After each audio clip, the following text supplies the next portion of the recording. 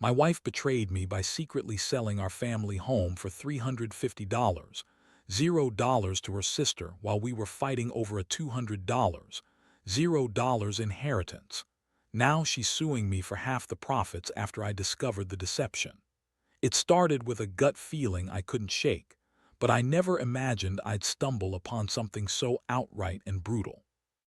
My wife Lisa had always been a bit of a bitch, sharp-tongued, quick to dismiss, and honestly not the most honest person I've ever met. But I never thought she'd go this far. One night I was late coming home from work as usual and I decided to check her phone. Nothing unusual at first, just the usual barrage of texts from her friends, some work emails, a few flirtatious messages from her sister's husband, but nothing that screamed cheater. Then I saw it. A message from her sister saying, "The deal's done, it's all set, can't wait to see how much we get from this mess." I froze. I didn't understand what deal she was talking about. I looked through her texts more carefully, and that's when I found the real shocker, her talking about selling our family home. Not just any sale, but secretly selling it to her sister for $350, $0. The thing is, we'd never discussed selling the house. It was supposed to be our future, a place where our kids would grow up. But apparently Lisa had been planning this behind my back. I started digging deeper. Her phone was full of messages with planning the sale, discussing how to hide it from me. I noticed a few bank transfers, a lot of sneaky payments. The house was gone and I was left completely. When I confronted her the next morning, she was already acting defensive, as if she'd been caught doing something minor like forgetting to take out the trash. But I knew better. I asked her outright, "Lisa, what the hell is going on? Did you sell our house too? Was that why you've been acting so strange lately?" Her eyes flickered and she lied right to my face. "What are you talking about? I don't know anything about a sale. You're imagining things. You're just paranoid because of the fight we had about the inheritance money." That was a lie, I knew it. The fight about the inheritance was real, but it was just a cover-up for what she was really up to. She's always been good at lying, twisting things around, making me doubt myself. But I had proof now, and I wasn't going to back down. The betrayal hit me hard, not just because she sold our house without telling me, but because she was actively lying and gaslighting me about it. I felt like I'd been punched in the stomach. I've been working my ass off for years trying to build a future, and she was just throwing it all away behind my back. The worst part, she kept insisting I was overreacting, that she was just trying to make things easier, and that I was blowing things out of proportion. Yeah, right. Easier for her to sell the house, split the money with her sister, and keep me in the dark. That night I couldn't sleep. I kept going over everything in my head. How long had she been planning this? Was she cheating on me too? It seemed like she was always hiding something, always lying about where she was or who she was with. Now I know she was sneaking around with her sister, planning to cut me out of the picture entirely. It's like I was living with a stranger, someone I thought I knew. But now I realize she's been betraying me for a long time and I just didn't want to see it. I felt a mix of anger, sadness, and an overwhelming sense of betrayal. How do you come back from something like that? I didn't know. All I knew was I had to figure out what to do next. The morning after I found out about the house sale, I felt like I'd been hit by a freight train. My mind was racing, trying to process how Lisa could do something so cold and calculated. I never thought she'd betray me like this, sell our home behind my back, and then lie about it so blatantly. It was like discovering a secret life she'd been hiding all along. I couldn't even look at her the same way anymore. Every glance, every word she said that day seemed to be laced with lies. I decided I had to confront her again, face her directly. I needed answers. No more lies, no more gaslighting. I sat her down in living room, trying to keep my voice steady, but inside I was boiling with rage. "Lisa, I know about the sale. I know you sold the house to. How could you do this without telling me? Were you planning to keep it a secret forever?" Her face twisted into a sneer. "Oh, so now you're accusing me of something. You're overreacting.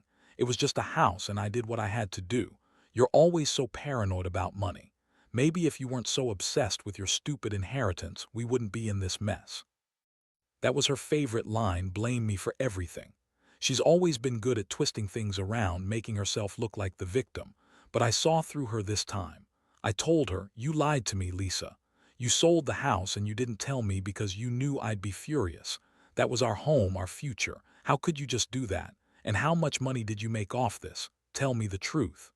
She crossed her arms, rolling her eyes. "Honestly, I got $350, $0 for the house. Offered me a good deal and I took it. What's the big deal? You think I should have just let it sit there? It was just a house and I did what was best for us. You're the one making a fuss over nothing."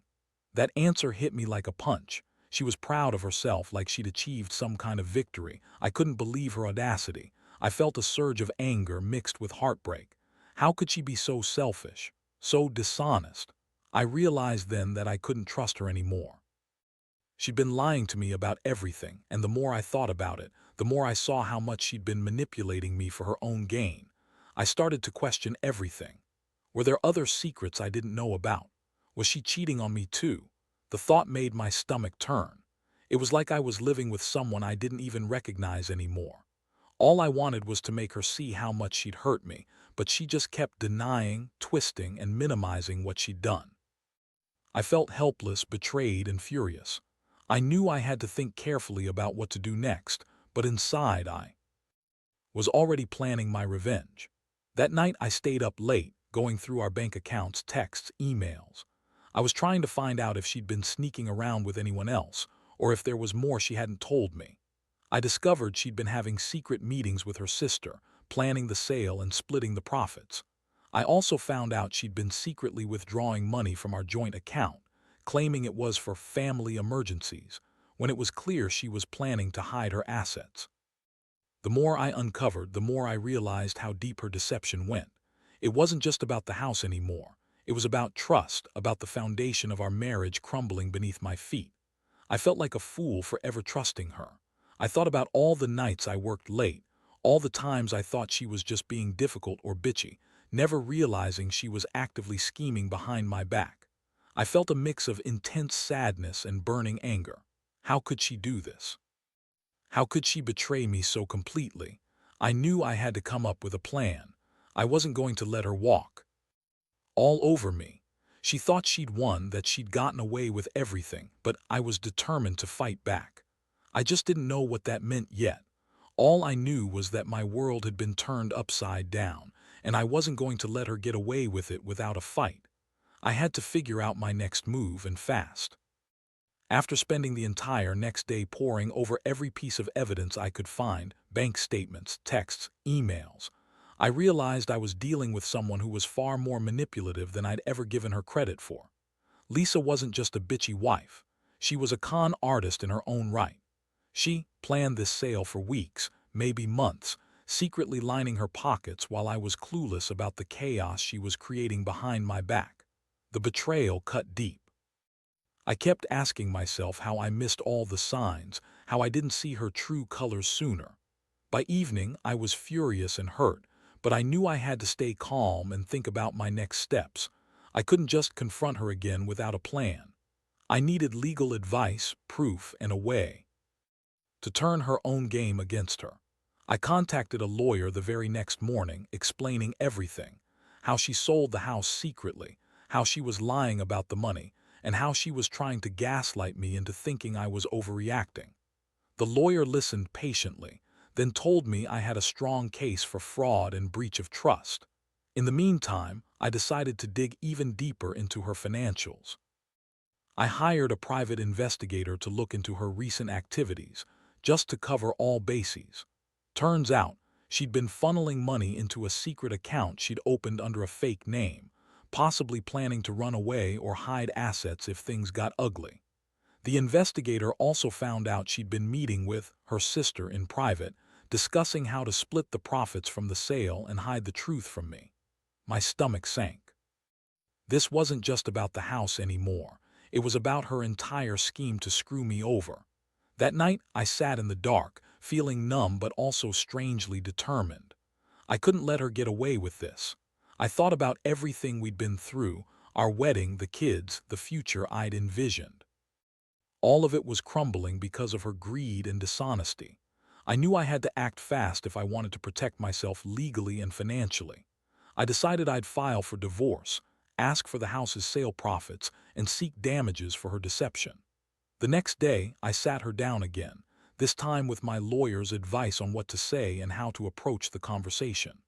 I laid out everything I knew, showing her the evidence I'd gathered, demanding she come clean. Her face went pale, and for a moment she looked genuinely scared, like she knew I was serious and that I wasn't going to back down. Her usual bitchy bravado evaporated, replaced by a defensive sneer. "Look," she snapped, "you don't have any proof. You're just trying to ruin me because you're insecure. This is all a misunderstanding. I did what I did for us. You're overreacting as usual. You're just jealous because I made more money than you ever will, and now you're trying to punish me." I clenched my fists. "Lisa, I've got the proof. You sold our house behind my back and you've been lying to me for months. I'm done playing your games. I'm filing for divorce and taking everything I can legally get, including a share of the sale profits. You can lie all you want, but the truth's right here." Her eyes flashed with anger. "Fine," she spat. "Go ahead. You think you're so smart, but I'll make sure you regret it. I'll fight you every step of the way." That was the moment I realized she was willing to burn everything just to save herself. She'd lied, manipulated, and schemed her way into this mess, and she wasn't about to admit defeat easily. I felt a mixture of relief and dread. Relief that I finally had some leverage, and dread because I knew this was about to turn into a nasty legal battle.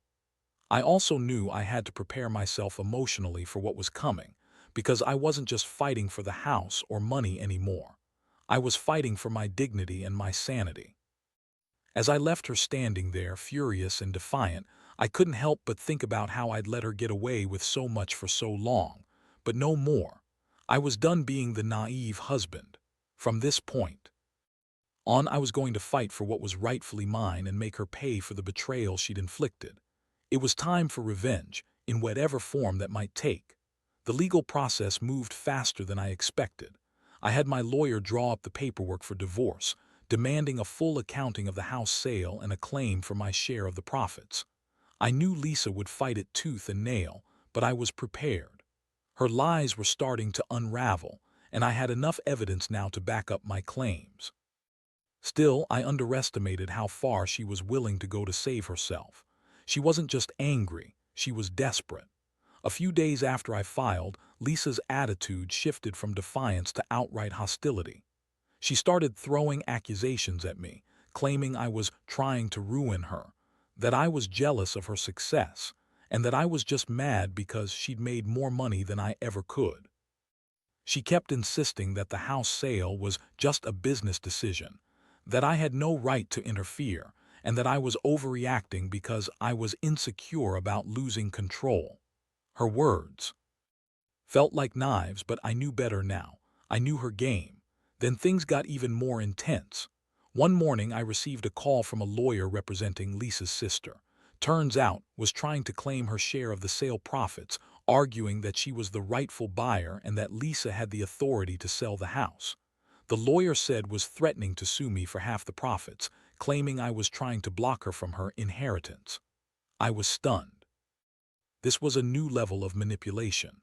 These two had been scheming behind my back, planning to divide the money without giving me a chance to fight. I sat down with my lawyer again, trying to formulate a plan. We decided to file a countersuit for fraud and breach of trust.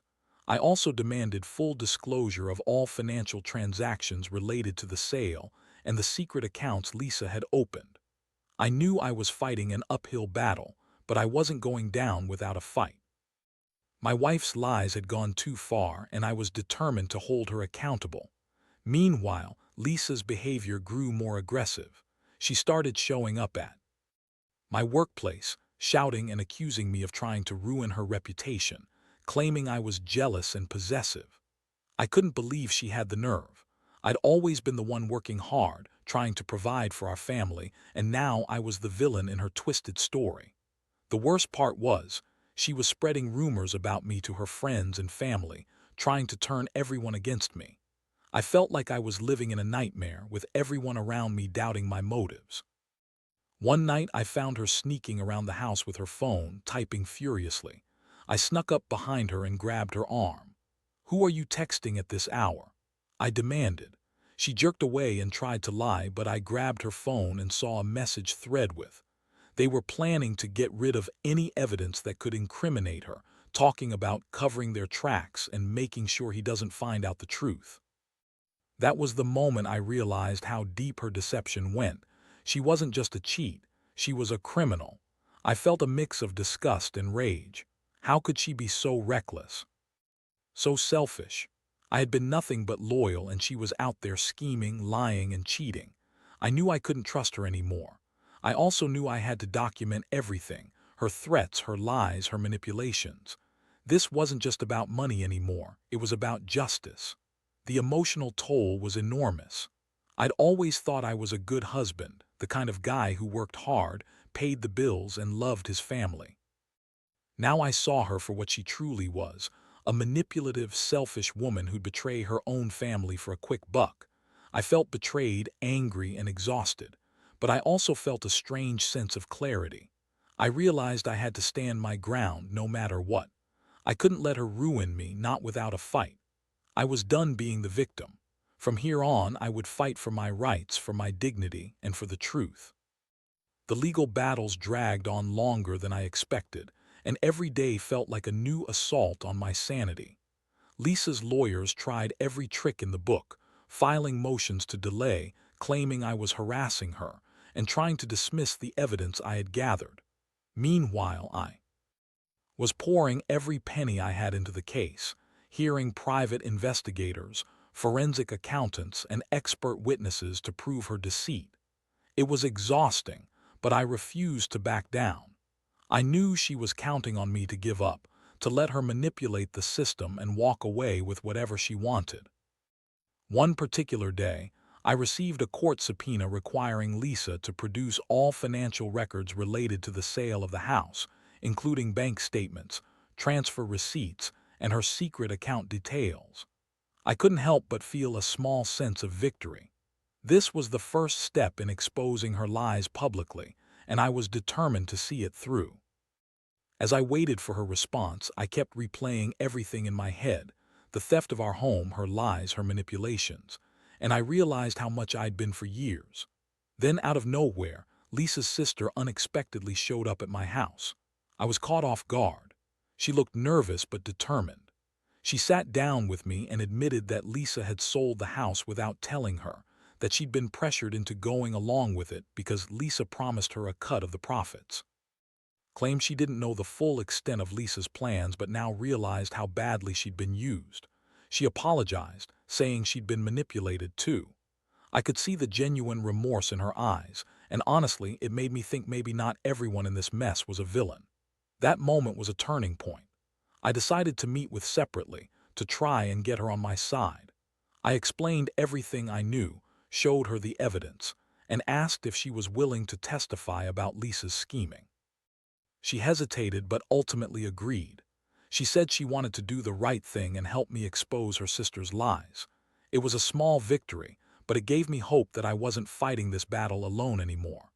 Maybe, just maybe, I could turn the tide. Meanwhile, Lisa's behavior became increasingly erratic. She started accusing me of stalking her, of trying to ruin her reputation, all while trying to paint herself as the victim. She even went so far as to claim I was having an affair, which was laughable. I knew her game.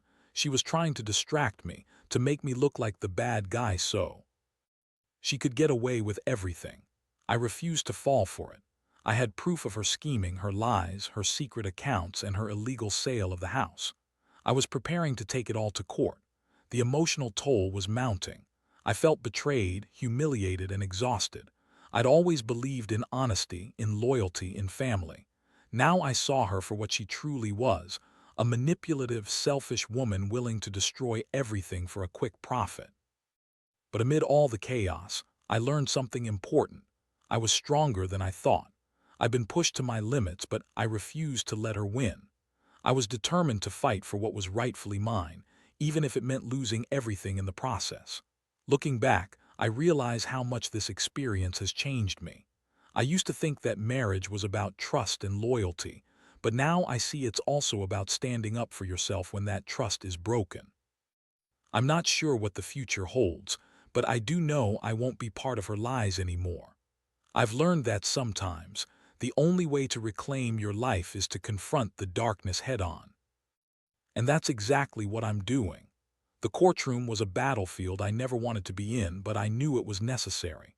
All my evidence, bank statements, text messages, the testimony from painted a clear picture of her deception. Lisa's lawyers tried every tactic to undermine me, claiming I was bitter, jealous, and trying to manipulate the system. But I had the truth on my side, and the judge saw through her lies. When the verdict finally came down, it was a relief. She was ordered to pay back the profits from the house sale, plus damages for her fraud and breach of trust.